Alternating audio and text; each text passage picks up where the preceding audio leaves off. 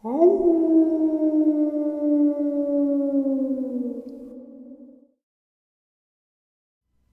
greetings and salutations, everyone. I hope everyone is still doing well, and welcome back to today's second half. Before we get into it, a couple links I'd like to share. As you know, I rely on Patreon, PayPal, and my merch to help the channel to continue to grow and go. The links to Patreon and PayPal are in the description below, my merch displayed directly under the video.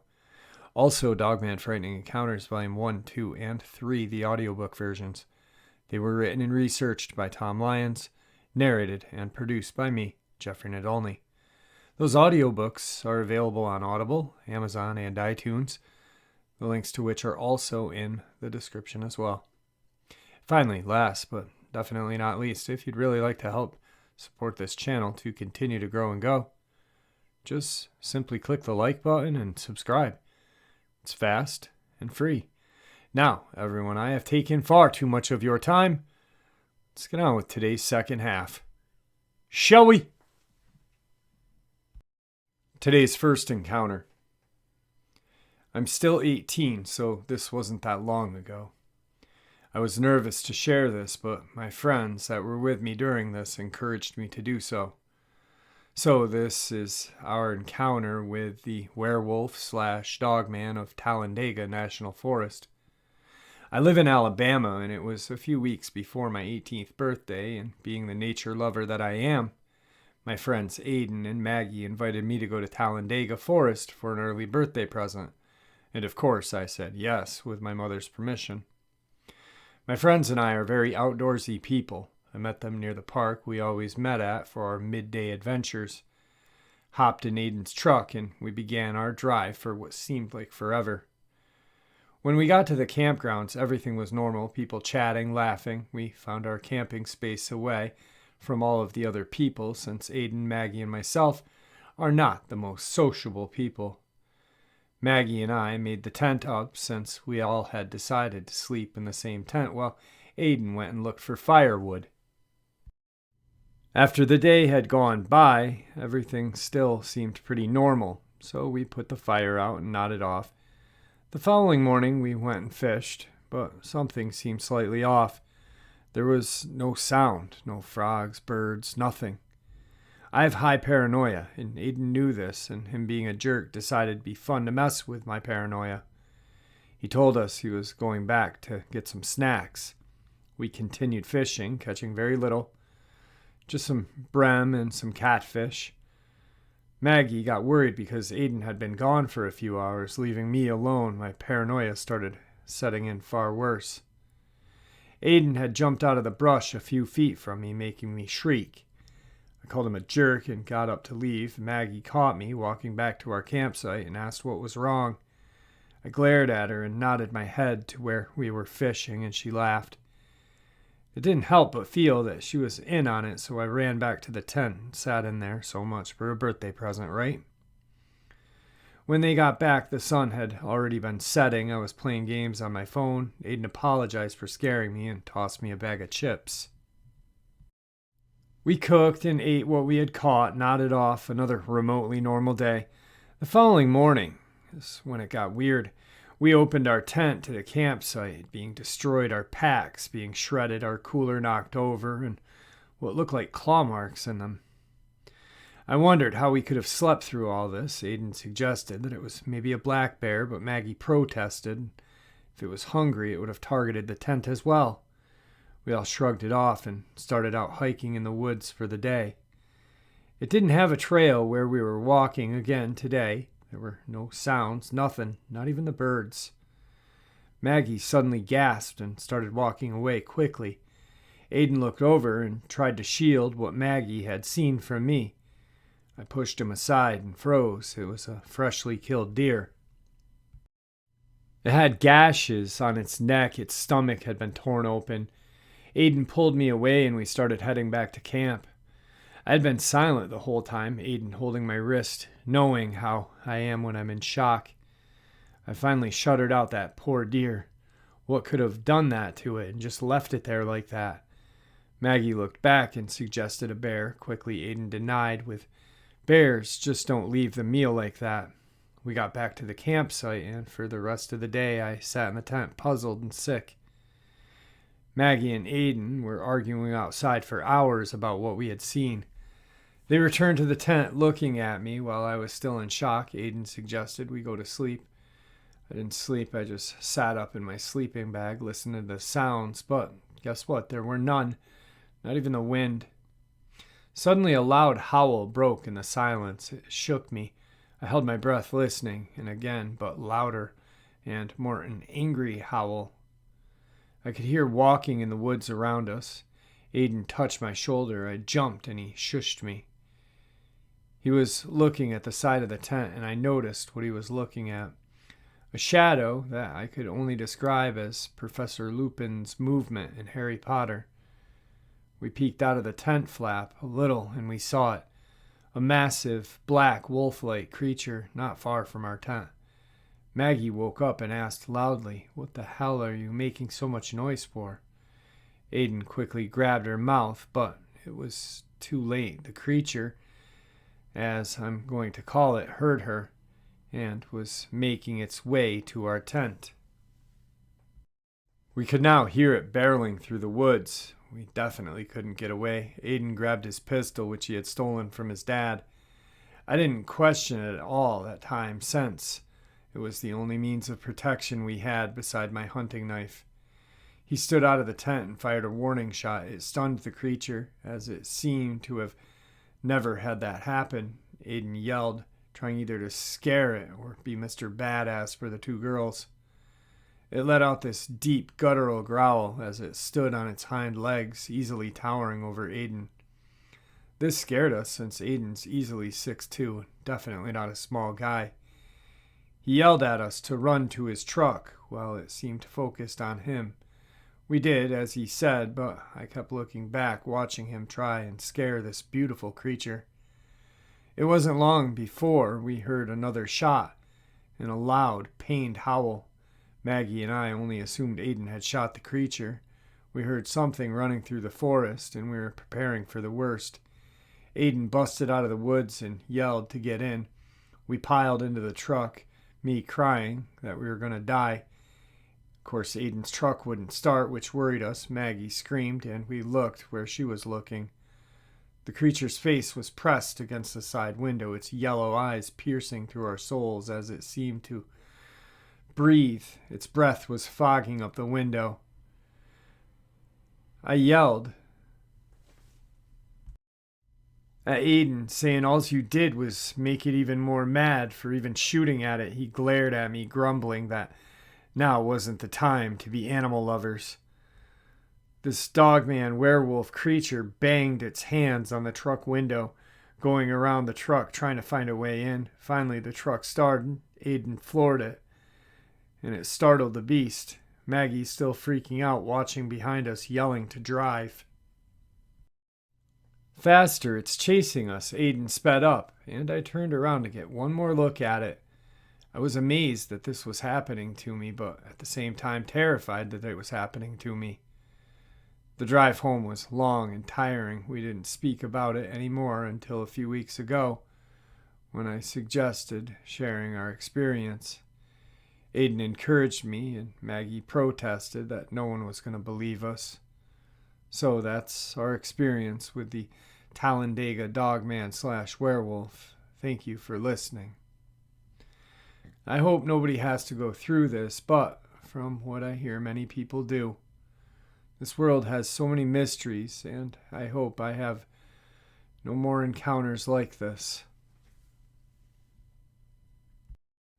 Today's second national park terrifying experience. I'm a 22-year-old male, and this all started on a road trip through the national parks out west. My friend, 22-year-old male too, and I wanted a fun way to celebrate graduating from college, especially after a crazy year getting sent home during our final semester due to COVID and graduating online. We hoped that some fresh air would rejuvenate us before the real world, adult life, and our jobs. We had all decided to meet at our favorite bar near our college for one final drink to reminisce about the great times we had had. We drove around the eerie, empty campus. There wasn't a soul in sight. This probably should have just been a sign for us to cancel, as the pandemic certainly wasn't showing signs of stopping, but we ignored it. We were just simply too excited.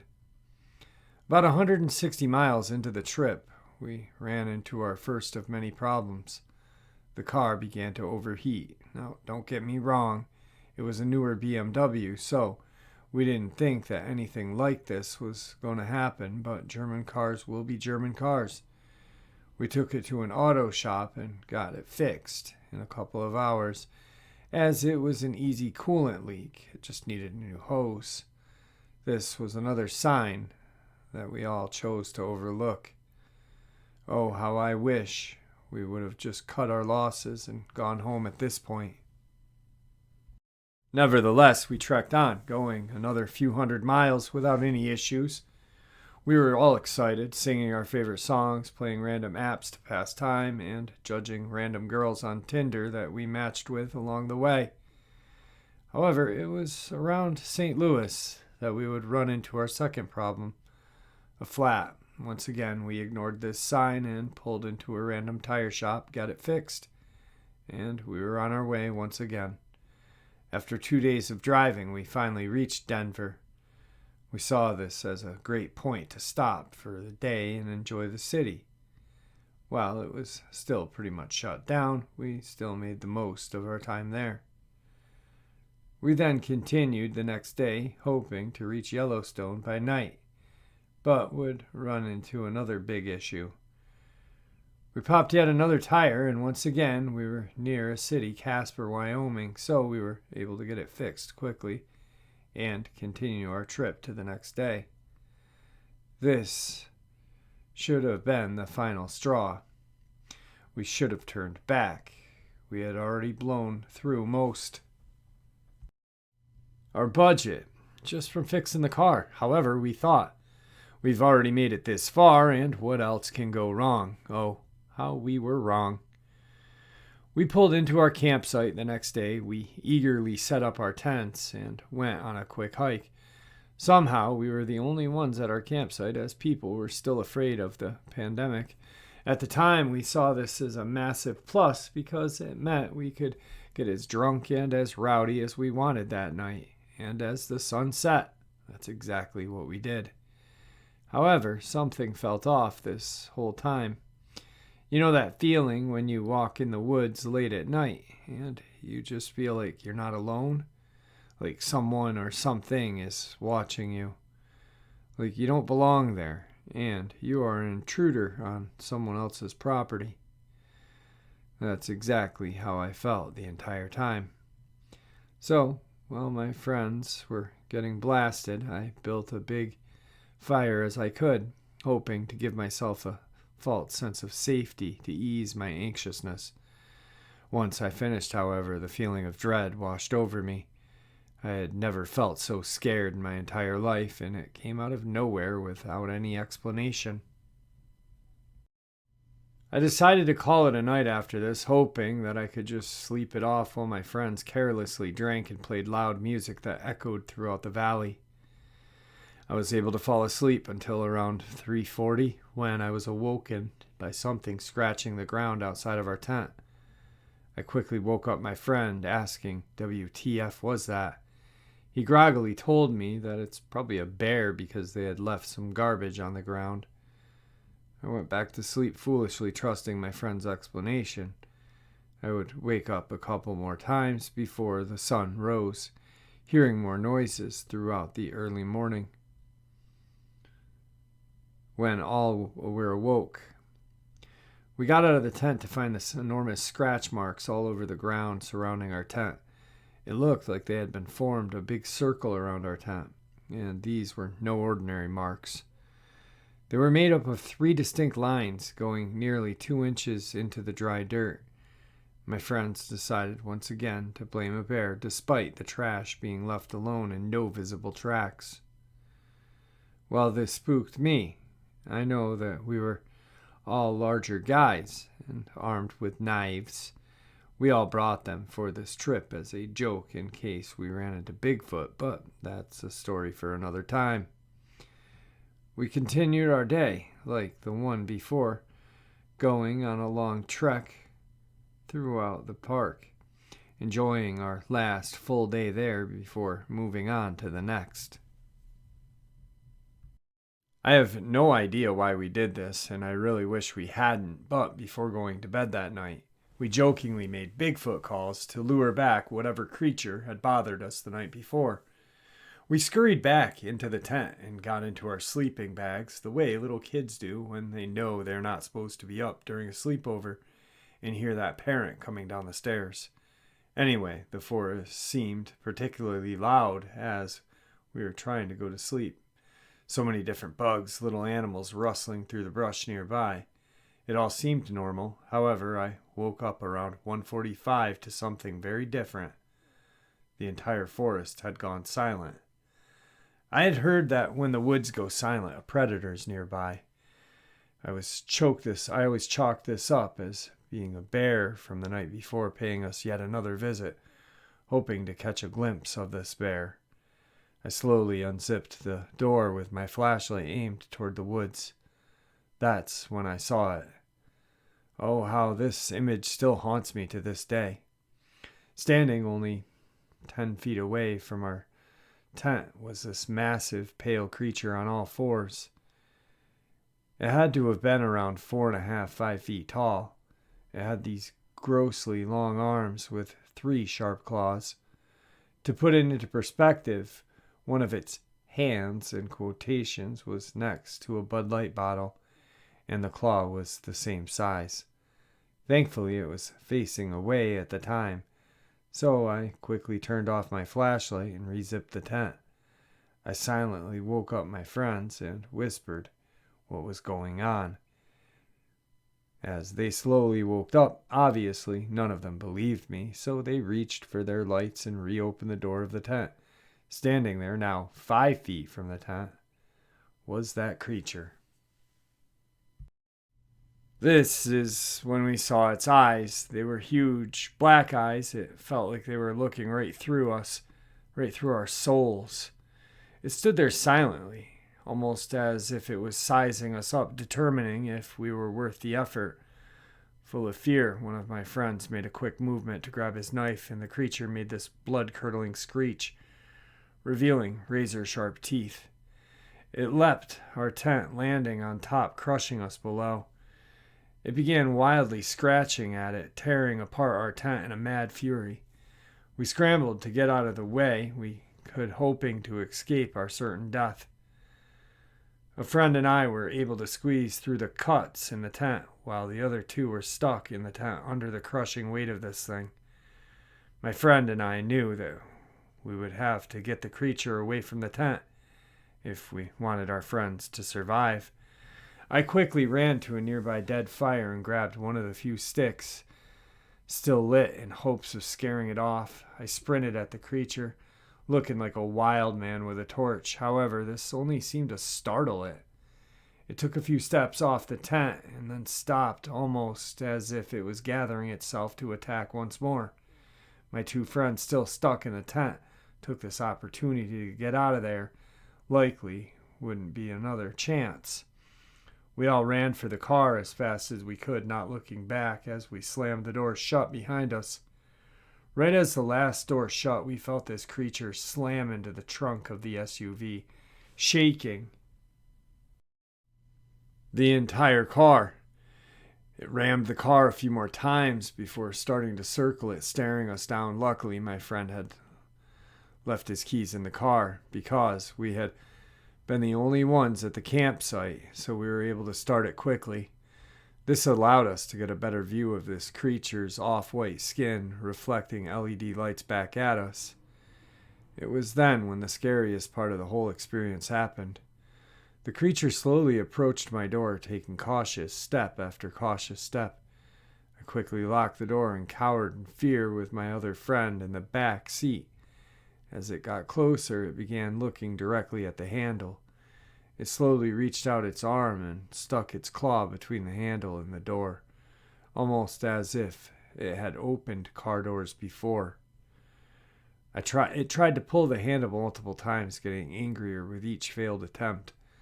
Luckily, at this moment, my friend, who had been paralyzed with fear, snapped out of it and put the car in drive and floored it. We have never seen anyone drive that fast in our lives. We zipped through the roads as fast as we could, not even checking the rear view mirror to see if that thing was chasing us. We finally stopped once we made it to Cody, Wyoming, needing to fill up the tank, as we were running very low after such intense driving. We got out to look at the damage, specifically the rear. The entire back hatch had been dented several inches. I think this is when we realized how close this creature was to killing us inside the car. One more hit and that trunk door would have fallen off, giving it access to 4 tasty humans trapped in an aluminum can. We eventually made it back to our campus, where we split up and went our separate ways. I think my friend told his parents that the truck had pulled a hit and run or something to explain the damage, but we all knew we couldn't tell anyone about our experiences, or we'd be called liars and crazies. This was something that continues to haunt me to this day, and is why I'll never visit a national park again as long as I live. Take this experience as a warning to avoid them unless you want to come face to face with a creature like this. Today's third national park experience. I'm from a small town in southwest Arkansas called Folk, famous for the Boggy Creek Monster. The monster is a Sasquatch who in the 70s allegedly terrorized my hometown and the surrounding area, which spawned the documentary The Legend of Boggy Creek. I've sadly never seen this large ape-like wonder, but have seen firsthand evidence of it, and far worse monsters out in the swamps and hills my family and I have hunted for our entire lives. There are thousands of stories I could tell here, but the one that bothers me the most, the reason I no longer feel safe in the backwoods of my own hometown, began in an evening when I was 15. Where we live, despite that wildlife officials of any form will admit, there are numerous large and deadly animals. A razorback boar can gore a man's leg deep enough to cripple them or kill them if it gets you on the ground. Gators can grow to just about any length, and the only thing they fear are a bigger gator. And then there are the panthers. We have heard and witnessed panthers kill and haul a calf weigh well over double their size straight up a tree and gnawing at it for days. They scream like a terrified woman and can move silently through the brush, or outright overtake almost anything. Quite frankly, they unnerve me, but what I found on my own deer lease close to a decade ago has shook me ever since. I've never walked those woods unarmed, and I never shall. I'm a pretty big guy, 200 pounds, maybe more, 6'2" easily. While hunting, I carry a Winchester 7mm, a Taurus Judge revolver loaded with buck, or my homemade rounds, a kukri for brush or emergencies. Nothing, I believed, could stand back up from a straight round from my rifle, but whatever the heck this was, didn't even notice it. I followed what I thought to be a hog trail up a hill near the distant stand we used during the second day of deer season. I had never seen such an easy game trail in my life, and to be honest, I was relieved as I only had about an hour of daylight left. Then I found the blood, not much, but enough to know something hurt. I could physically see the signs of a poor thing being gobbled along with bits of tissue and sizable amounts of blood coating the ground every few feet. I hit the crest of the hill, and at the bottom I found what I thought was going to be a leg, a mangled and bloody stump, lie there alone. It died right there, I deduced from the blood around, as it was far more than I thought any hog could even have. Worse still, The kill was fresh, with steam coming off its severed end of the remains. The hog's tracks and blood showed less than 2 hours, and it had to be more than 100 pounds. I fired my rifle in the air twice to signal for help. Then I searched the area. Whatever it was, the poor animal did not put up a fight, and the thing that killed it did not leave a single trace. I found a small blood trail leading off from the area and left something personal there to clue the others. By this point, I had half an hour of daylight left, so I used my kukri to mark a tree every few feet as I walked. Within 10 minutes, I found the rest of the boar, though it was not alone. Dozens of bodies were there, ranging from deer, pig, cattle, dog, panther.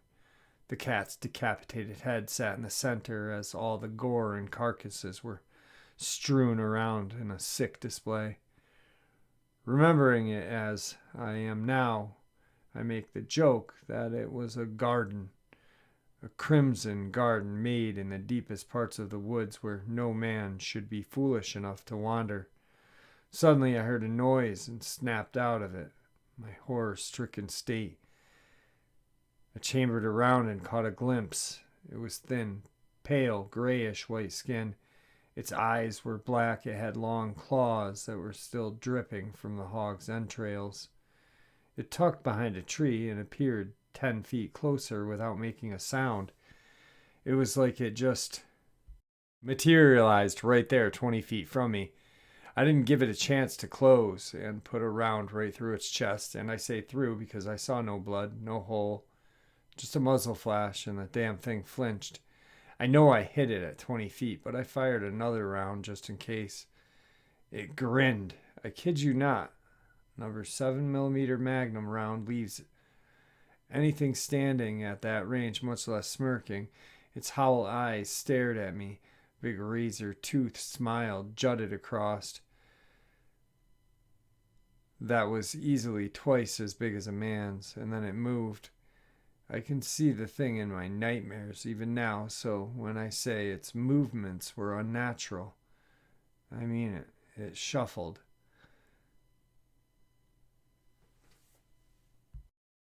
I think is the word. Forward with a strange posture, its arms almost double the length of a man, though he stood as tall with legs being like canine in nature. It moved awkwardly while walking on its feet and knuckles. I dropped my rifle and reached for my sidearm, but it was in arm's reach before I could blink. I felt piss soak my pants. I knew it. This was it. I was going to be backwoods art project for some demonic creature. That's when I heard a shotgun from behind me, to the right. My father, my uncle, and a close family friend had been nearby, wondering where I was when they heard the shots. They opened fire on this thing with 2 hunting rifles and a shotgun at point-blank range. It didn't show a single wound. It just turned to face them and then back at me, smiling. After that, it bolted away and vanished into the woods.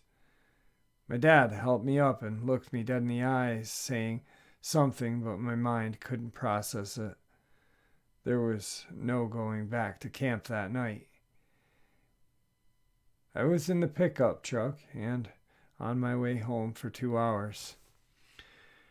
When we made it back to town, I was finally recovering from shock. My dad and my uncle sat down to talk once we got home, and I cleaned up. These men were veteran, special forces, yet still looked so pale. My dad gave me a cup of coffee and said that none of the rest of the people I know on this earth need to know that it's there.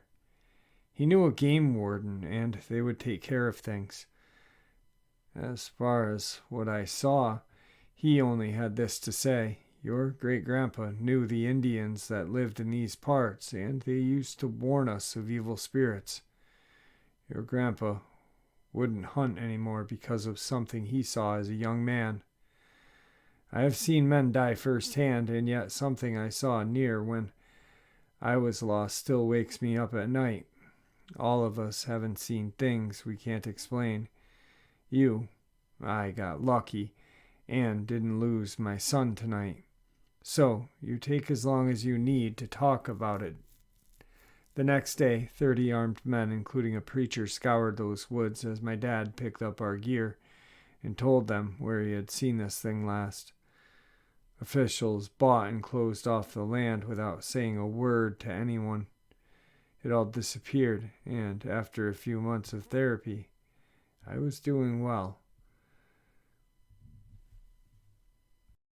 Now that I'm a father myself, neither of my boys nor I go into the woods alone because I personally know somewhere out there that something is waiting, and I'll be damned if my son is the next victim.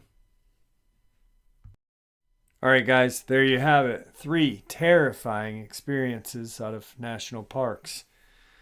With that, I want to thank you all for tuning in, and may the Great Spirit watch over us all. May He guide us down that path that we call life.